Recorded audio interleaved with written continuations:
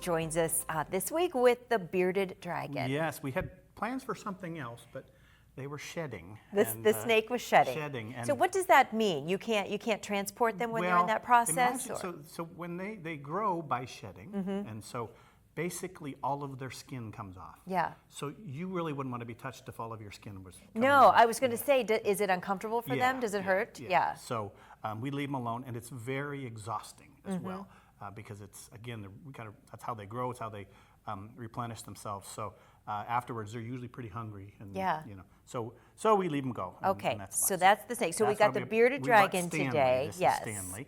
We have two. We have his brother Norbert as well. And Stanley's a little bit different colored. He's a little lighter than many of them. A lot of them are a little more brown.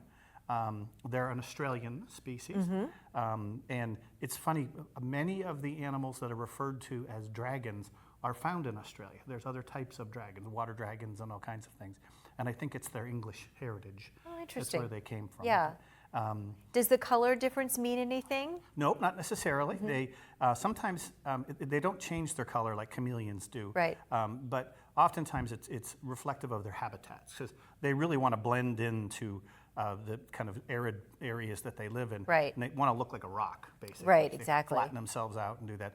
Now, I think we've talked about this before. They do change colors. They get their name from the beard, which is that the stuff around their mouth. That it's the little prickly things that you can kind of see there. Yeah. But when a female's around, their beard, the bottom part there, darkens. Oh. And it's kind of. Oh, that's their sign, huh? It's, I think. Come on over. It's how you doing. Stanley. Stanley. Well, he's not too excited right now because he doesn't seem to be, darkened at all. So he's okay. He's good. He's not. There's no females around. No. So, they'll eat at the zoo crickets, mealworms, things like that. And it's actually kind of fun to watch because they've got a pretty long tongue for a lizard like this. Yeah. And they just wolf them down whole. How was that again?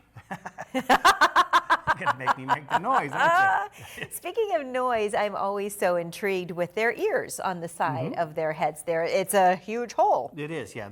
And hearing is obviously a very important part of their environment, their eyesight as well. They do detect vibrations in the turf that they live on. So, and they're actually, he's pretty sedentary and slow, but they can be pretty darn quick. Really? And they've got some pretty big nails and claws. Yeah. You can kind of see him in that shot. He can get around. And well, they dig some too. They burrow when it gets really hot where they're at. Oh, okay, yeah, to stay cool. Yeah. How's Zubu going? Very well. We've had, a bunch of great days of weather, so that's been wonderful. We're hopeful for the next about weeks, because we're open till the 30th. Right. So we still got some chances to come with the weather warming up again.